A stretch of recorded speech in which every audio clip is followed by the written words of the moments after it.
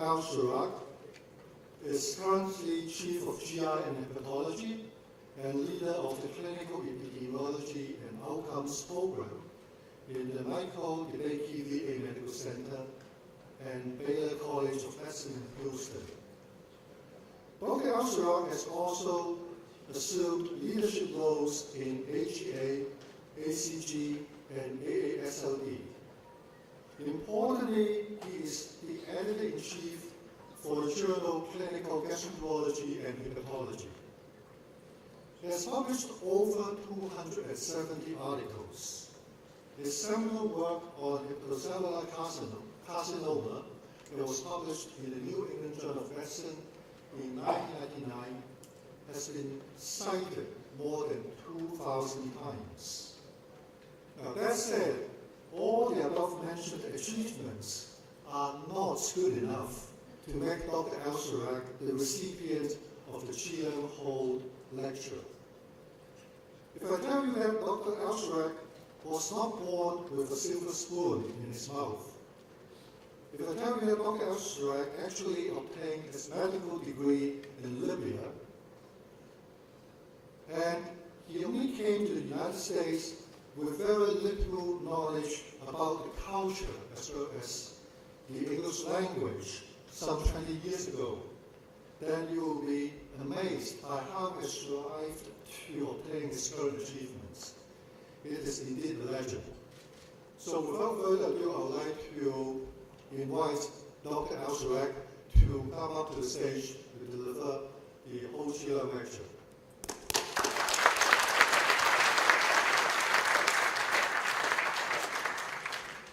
Thank you very much for this nice introduction. I wish I'd taken it from my mother-in-law. I'm so privileged to be invited for this first Dr. Ho's lecture and to be on the stage with some of my idols, Dr. Lieberman, Dr. Sung, Dr. Chan, and Dr. Sung Lee in the back. I don't have any slides. I'm from Texas. Everyone should know Texas, so there's nothing to show. You should know it. I will talk a little bit about hepatocellular carcinoma, which has been the focus of our work for the past 12 years or so.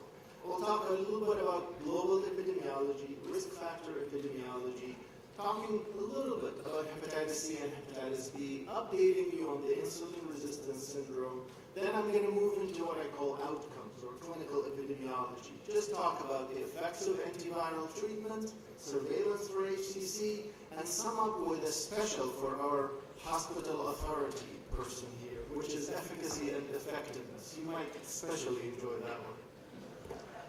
Okay, so this is a color-coded map that shows the incidence rates for, this is the prevalence for hepatitis C worldwide. And the reason I'm showing this because this is the new epidemic in several countries. So you see that the red area is Egypt. It's 10% prevalence of hepatitis C. There are several countries, and I'll talk about this phenomenon, that share this green color, which is 1 to 2% prevalence of hepatitis C. Each one of you look at your area and figure out your color, and I'm going to come back to this a little bit more.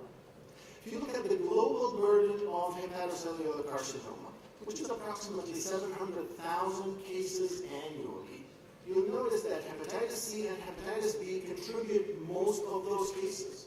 So if you actually remove hepatitis A, hepatitis B, and hepatitis C, you'll be getting rid of 70 to 80% of the causes of hepatocellular carcinoma. So out of 626,000, almost 535,000 are attributable to either hepatitis B or hepatitis C.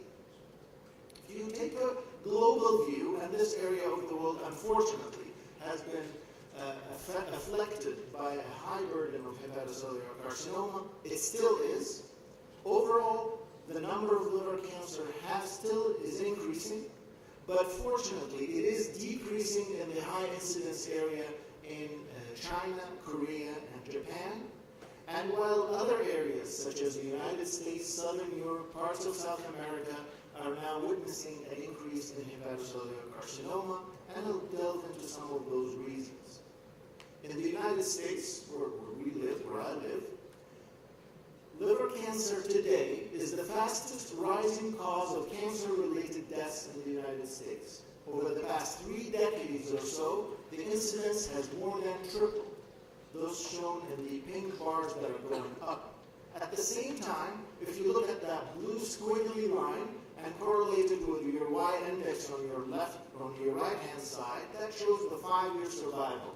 The 5-year survival remains at a dismal 12%. So highly rising cause of cancer death with poor survival. Wherever you go, and this shows a worldwide map, the blue bars show men and the white ones show women, and this shows several messages. First, the highest incidence rates are in South Korea, North Korea, Thailand, Japan, Vietnam, and then you see the lower incidence areas, Iran, Turkey, UK, Argentina. There's this peculiar 3 to 4-fold increase in the risk of hepatocellular carcinoma among men compared to women.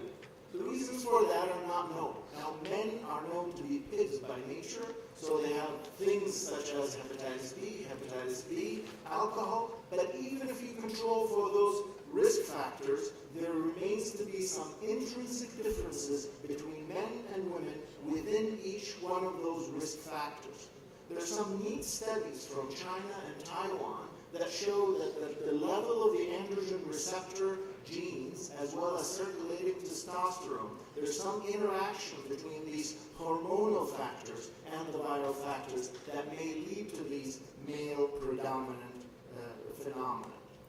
I think it's crucial, once you talk about hepatocellular carcinoma, is to focus on liver cirrhosis, because 90% of cases of liver cancer, wherever you go, will happen in the background of either advanced hepatic fibrosis or liver cirrhosis. And if you want a number to remember, people with cirrhosis have anywhere between 1 to 7% per year risk of liver cancer, which means if you take care of cirrhotic patients for 10 years or so, the risk of developing liver cancer is as high as 50%.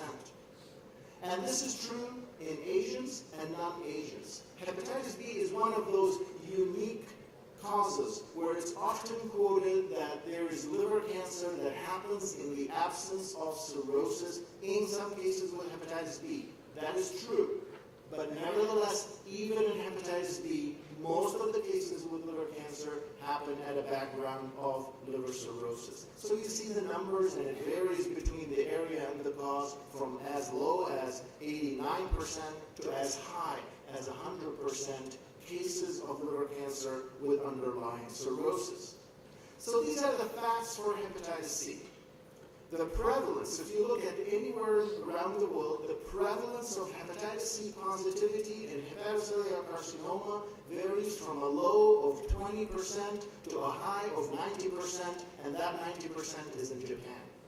The relative risk, so someone infected with hepatitis C compared to someone not infected with hepatitis C, the relative risk is elevated by 25-fold, and that's almost as high as hepatitis B. The absolute risk out of 100 people living with hepatitis C, if they live long enough, 1 in 100 would develop liver cancer if they live for 30 years or so living with their infection. And in those who develop liver cirrhosis, the risk is really, really high. And in hepatitis C, it's 3.5% per year. What are the risk factors for progressing from just hepatitis C into cirrhosis and thereafter to hepatocellular carcinoma? Where there are factors that are demographic, that are unfortunate, that are fighting against the epidemic of hepatitis C, and unfortunately it's promising a lot more hepatocellular carcinoma cases. These are unchangeable factors. Older age, longer duration of infection, male sex, and race. African Americans happen to be at a higher risk. And there are modifiable factors such as heavy alcohol consumption, obesity, diabetes, co-infection with hepatitis B or HIV, and the absence of antiviral treatment, and I'll talk a little bit about coffee. Unlike hepatitis B, viral factors don't seem to play an important role in causing hepatocellular carcinoma, unlike host factors, which I highlighted in the previous slide. So what is important as far as viral factors is the virus present or absence. The presence of any HCV RNA is a risk factor. The absence of all HCV RNA is a protective factor. High level versus low levels, most of the studies don't show a real correlation. Genotype, possibly genotype 1b and 3, slightly higher risk than the rest of the genotypes, but they're subjected to a birth cohort phenomenon where they've been acquired slightly more recently. So I go back to my map in the beginning. There are 3 regions of the world where the prevalence of hepatitis C is modest. It's just 1 to 2% of the underlying population infected. Those are Japan, Southern Europe, and the USA. However, the rates of hepatocellular carcinoma are dramatically different between those 3 places. So in Japan, the rate, which is shown at the top line, is as high as 30 per 100,000. In Italy, in Southern Europe, the rate is as high as 10 per 100,000. And in the US, despite the rising rates, the rates are only 5 per 100,000.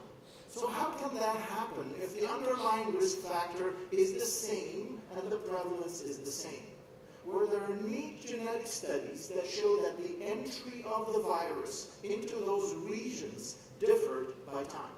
So in Japan, it entered around the turn of the century.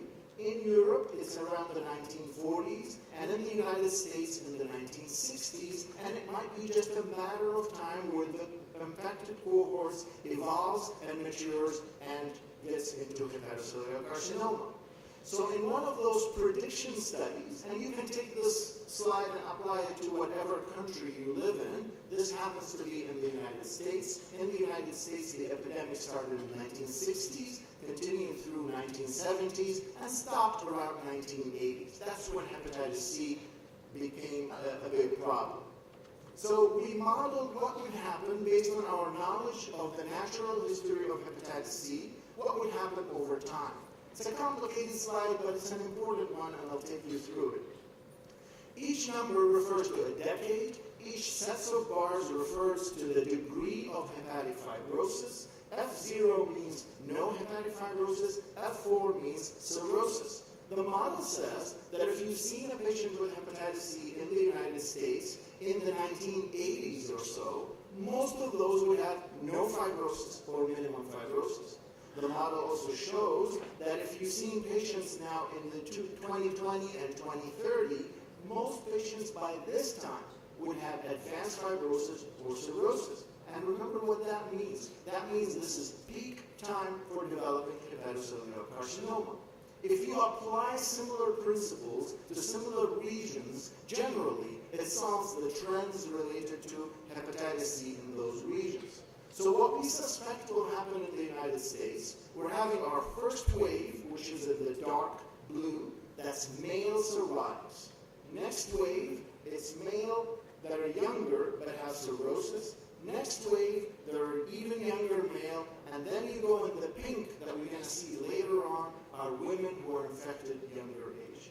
This is very, very true to my Japanese friends now who are at the tail end of their epidemics. They tell me, now we see old women with hepatocellular carcinoma. So all the bad ones, in a way, the young men who acquired the virus had many risk factors, have already presented and died off. And now we're seeing the tail end of the epidemic.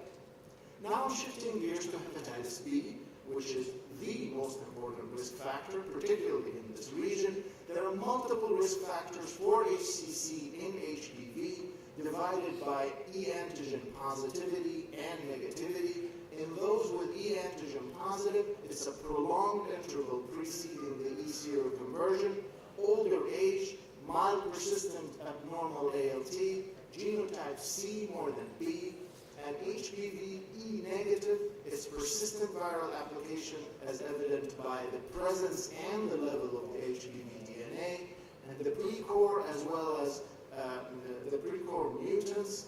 Then there are factors that are irrespective of the E antigen positivity or negativity, that's male, alcohol, and co-infection with other viruses.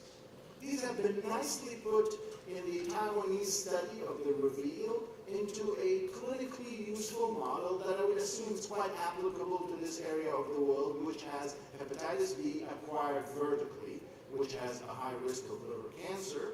This is the model. It's a score system, so sex, age, ALT, E antigen positivity, and the levels of HBV DNA. And this is an example. If you have a 60-year-old HBe antigen man with an ALT of 47, HBV DNA of 50,000, their score is 13. And if you put that on the percentage, you can get the predicted risk of hepatocellular carcinoma.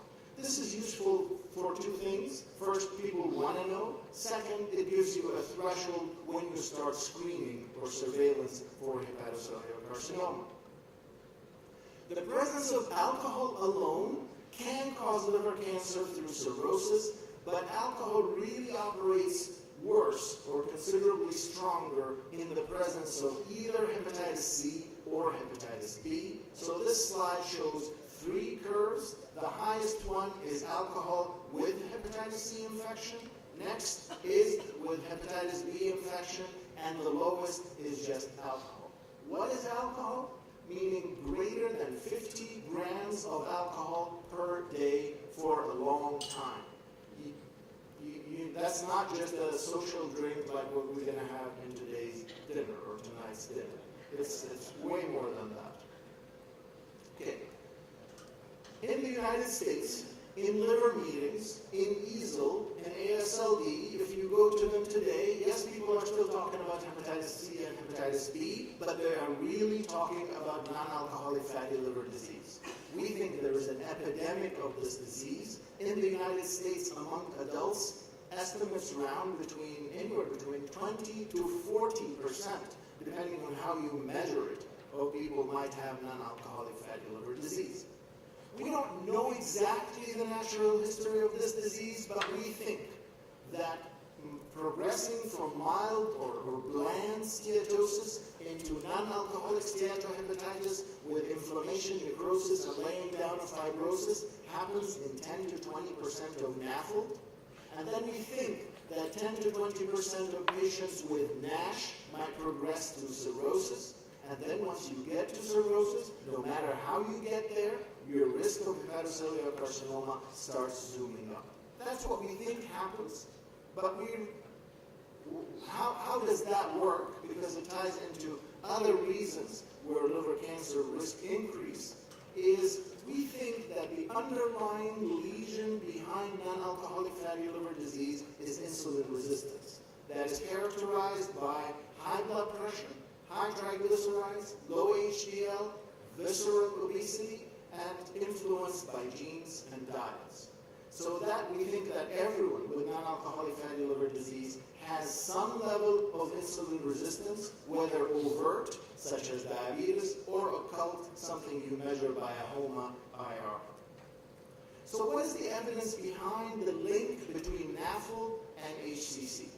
Despite the hype and the enthusiasm and the potential for a real link between the two, the data are still preliminary and infantile. Actually, of the two population-based studies that examined this question, one of them found no HCC in NAFLD, and another one found a very low incidence of HCC in non-alcoholic fatty liver disease, and you would expect that. It will take a long time, a lot of people, in order to get robust estimates. But if you look at class 1 level evidence, which is population-based prospective studies, there is really no link between the two. What is present that in clinic-based studies of NASH or NASH-related cirrhosis, there's a clear increase in the risk of hepatocellular carcinoma. So prognostication for just a regular person with NAFLD about the risk of HCC is quite unclear at the moment. But once they hit the threshold of NASH, and particularly cirrhosis, one can tell them that the risk is increased by several folds. So talking about diabetes. Diabetes has been examined since time immemorial as a possible risk factor for hepatocellular carcinoma, and something that happens in almost all cross-sectional studies, but in the case of diabetes, it's really true in liver cancer, is the chicken or the egg. And the reason is If you see someone with liver cancer and diabetes at the same time on arrival, there's absolutely no way of knowing whether diabetes was first present, caused NAFLD, NAFLD went to NASH, then caused liver cancer, or there was cirrhosis, which is known to produce glucose intolerance and diabetes, and then hepatocellular carcinoma happened. There's absolutely no way of telling by the usual design of case control and cross-sectional studies. So what we've done is a cohort study, which means we took patients with diabetes, patients without diabetes, everyone with no liver disease, followed them over time for almost 14 years, very large number of patients with diabetes, 173,000, 4 times the number of controls. And as you can see from this graph, the incidence of hepatocellular carcinoma is almost double among patients with diabetes compared to those without diabetes in this prospective cohort study done through the administrative database of the VA. If you look at the y-axis, you notice the absolute risk. The absolute risk is quite small. I mean, it's a percent of 100% of diabetics, so it's not a huge absolute risk. But don't relax too much. Diabetes, obesity, and insulin resistance are so common that all you need is a little bit of increase in the absolute risk to translate into a lot more cases than hepatitis B or hepatitis C. So, not just diabetes, but the treatments of diabetes. There's a recent systematic review and meta-analysis that shows metformin out of the treatment of the diabetes treatment might be associated with 50% reduction in the risk of hepatocellular carcinoma, whereas insulin and sulfonylureas might be associated with an increase of the risk of hepatocellular carcinoma. So we're done with risk factors. I'm going to change gears and talk about prevention. Talking about hepatitis B vaccination. This has been one of the major victories of science. It's a vaccine that was implemented that prevents hepatitis B, and the Taiwan experience, which was one of the earliest to implement a program of vaccination with selective H8 to the mothers, has produced a drop in HCC incidence in childhood, which recently is documented in early adults. It's amazing, frightful, as well as sad that you can wipe out half of the liver cancer cases in this world by this safe, effective, cheap vaccine that most people cannot get. That's why the rest of my talk will be about expensive, less useful things that everyone else can get. So, next, on a lighter topic, coffee. So coffee drinking has been associated with normal or decreased liver enzymes, particularly GGT and alkaline phosphatase, in numerous studies. Coffee drinking has always been inversely associated with the risk of cirrhosis of multiple reasons, both hepatitis B and hepatitis C. Coffee has been inversely associated with the risk of hepatocellular carcinoma in both case control studies and cohort studies that have been recently compiled in systematic reviews and meta-analysis. The bottom line from both of them that for each additional cup of coffee, there's a reduction of the risk of hepatocellular carcinoma by almost 23%. Now, there are a few technical points here. It's coffee. It's not decaf. No, I didn't mean it as a joke. This is a real observation. And it's coffee. It's not tea. And you have to watch it here, being an epidemiologist, how you interpret those odds ratios. So if you take this literally and multiply by 10, you will never die of anything at this point. But of course, there's a ceiling effect or a bottom effect below which you cannot obtain any further benefit. Why does that happen? There's some neat experimental evidence that coffee and caffeine have some antioxidant properties and antineoplastic properties. The explanation I like the most, that coffee drinking has been inversely associated or a protective factor against the development of diabetes and insulin resistance. So if you believe the plot about NAFLD, NASH, and insulin resistance, then coffee fits right in. Okay, statins. A few years ago, we started the flood of statins in a study for hepatocellular carcinoma done in the VA. So we've shown in a large diabetic cohort, in a nested case control study, that those who were treated by statin, but not by any other lipid-lowering class of medications, were associated with almost 40 to 50% reduction in the risk of hepatocellular carcinoma. Clearly, this is observational, case control, has multiple biases. It was followed by several other studies that were recently summarized in a systematic review, and they basically all the observational studies show a reduction in the risk of HCC. All the clinical trials don't show any reduction. They were all done for cardiovascular endpoints. All the studies, which is quite unique and interesting, show that it's a statin-specific effect, not with the other stuff, not with cholestyramine, gemfibrozole, or niacin. It's much stronger in studies that came from Asian countries. It's much stronger and consistent in hepatitis B infected patients. Many things remain unclear. No one really knows the real dose, the real duration, or whether lipophilic versus lipophobic statins have different effects. Finishing now the pharmacoepidemiology, let's talk about surveillance. In the United States at least, and I suspect everywhere else, there's been a row about screening for liver cancer. There's a publicized editorial in the Annals of Internal Medicine called Screening for Liver Cancer, Rush to Judgment, Misplaced Confidence in the Chinese Trial, that led many writers to accept the effectiveness of HCC screening as proven, making it more difficult to conduct high-quality randomized trials. So there's that. So what are they talking about? I just told you that cirrhosis is the risk factor for hepatocellular carcinoma. It's a fact. There have been no randomized trials done to test surveillance in patients with cirrhosis.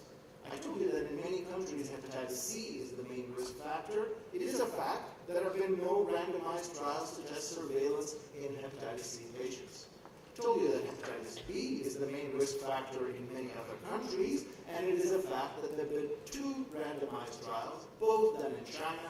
One showed benefit, the other did not show benefit. People jumped, maybe rightfully so, on the positive study and made it as the crux of the guideline, and based on that, the ASLD guidelines came and said to recommend screening.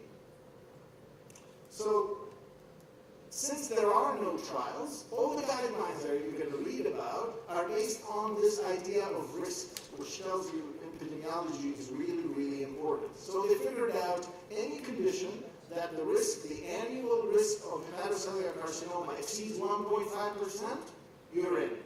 Screening and surveillance for hepatocellular carcinoma is recommended, which you don't have to remember many things. It's cirrhosis and few subgroups of hepatitis B, basically older men, older women, family history, and Africans with hepatitis B. So generally, the surveillance recommendation are those with cirrhosis and hepatitis B infected. Ultrasound and alpha-fetoprotein are recommended screening tests. The ASLD and EASL guidelines now has recommended dropping alpha-fetoprotein, and I think it is a mistake. Those of you who are involved in this controversy know. I would still believe of alpha-fetoprotein, and why? Because that Chinese trial that led to the guidelines adopting screening used alpha-fetoprotein combined with ultrasound every 6 months. So it's the only class 1 evidence that we have, and they used alpha-fetoprotein plus ultrasound. In the US, the only population-based study done in hepatitis B in Alaska used only alpha-fetoprotein and showed efficacy. And as I'll show briefly, most people use nothing. No ultrasound, no alpha-fetoprotein, no CAT scan. So by dropping an easy test out of the armamentarium, we're not helping the cause of screening. The third line of prevention, so we talked about coffee, we talked statin, we talked vaccination, we talked screening, and now treatment. It is clear now that the reverse of a high HBV DNA, that is a low HBV DNA induced by treatment, results result in a reduction of the risk of hepatocellular carcinoma that has been shown in a randomized controlled trial in Taiwan that basically was stopped in the middle of the trial because reaching a real significant reduction of HCC in the group that was treated by Lamivudine compared to a placebo. So that is good news. It is a fact that if you treat hepatitis C and you eradicate it, irrespective of the stage, you drop the risk of hepatocellular carcinoma. This is a meta-analysis. All the lines are lined up to the left of the one, which means a protective effect. So if you eradicate HCV, you drop the risk of hepatocellular carcinoma, but if cirrhosis develops, you never drop the risk to zero. There is some residual risk remaining. So those are all good news. But, and this is where the hospital authority person might be interested. So all what I've shown you is results from randomized controlled trials, tertiary levels of care, specialized centers. This is a massive disease. This affects people in all walks of life. In order for those results to translate from efficacy to effectiveness, you need several things to happen. You need for people to access the care.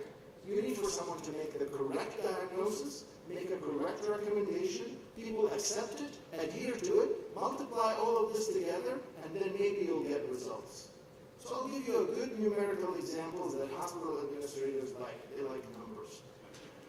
So let's assume this medication that we have now for hepatitis C, in randomized trials, it cures people 60% of the time. And in Hong Kong, wonderful place, universal health coverage, 80% of people access the hospital, 85% get a correct diagnosis, 85% get correct recommendations, 85% of patients accept the treatment, and 70% adhere to a full course of 1 year. Now those are extremely rosy scenarios, they probably never happen anywhere, but assume that they happen. Multiply these probabilities by 60%, and you end up with a community effectiveness of only 21%, what started as 60%. Now you're going to have the $100,000 per treatment hepatitis C medications that you'll be dealing with pretty soon, and they cure people actually 80% of the time. But if you maintain your same other probabilities, your community effectiveness drops to 28%. Now, a good hospital administrator would say, wait a minute, why go for the 80% cure, $100,000 a pop? Let's use the cheaper treatment. It's 60%. But what I'm going to do is improve access, make you guys diagnose better, recommend better, improve adherence, multiply these by each other, and the 60% cure cheap treatment achieves a better community effectiveness than the 80% expensive but difficult to use treatment. That's an important example for efficacy and effectiveness. So one hates to end on a bad note, but many things are not in favor of hepatocellular carcinoma. So a first step of preventing this cancer is diagnosing hepatitis C and hepatitis B. Almost every study that has been done in the United States and elsewhere shows something like this. If you do a serological survey, you discover 2 people infected out of 100 with hepatitis C, and you ask them, did you know before today that you had hepatitis C? And one of them, that's 50%, would say no. So 50% of hepatitis C patients do not know that they have hepatitis C. And therefore, all this trickle down of access, correctness, diagnosis, cure does not happen right off the bat in 50% of people with hepatitis C or hepatitis B. What about cirrhosis surveillance? I mean, we're involved in the controversy. Do you put ultrasound? Do you put alpha protein? In the United States, results from 9 studies in different settings shows that people with cirrhosis, only 18.4% receive surveillance. So many things are not happening. So what we need, and it's something that we're actively working on, hospital authorities probably should be thinking of, is a quality of care, quality in the continuum of cancer care conceptual framework. That starts by saying, how do we assess the risk? We need to identify patients at risk. We need to put them in care. We need primary prevention. We need failure to correct the failure to screen, then you plug them in, then you do the screening for hepatocellular carcinoma, then diagnosis. I didn't even talk about the last two blocks because all of the screening surveillance stuff for hepatocellular carcinoma will not work unless you have therapies for hepatocellular carcinoma. So this is my last slide. I'd like to summarize. The global burden for liver cancer, hepatocellular carcinoma, continues to be high. Hepatitis B and hepatitis C continue to be the main player. It is likely that NAFLD, even at a small role, might play a big role in the future, and therefore HCC is likely to continue. Prevention, hepatitis B vaccination has been a victory. I wish it continues and spread. Coffee, keep an eye on it. Doesn't hurt, so take it. Statins probably need a trial, especially in Asian countries. Antiviral treatment, the issues of implementation and effectiveness are important. HCC surveillance probably needs more trials and more implementation. And there are major gaps in the effectiveness of all of those preventive and treatment measures that needs to be addressed. Thank you very much.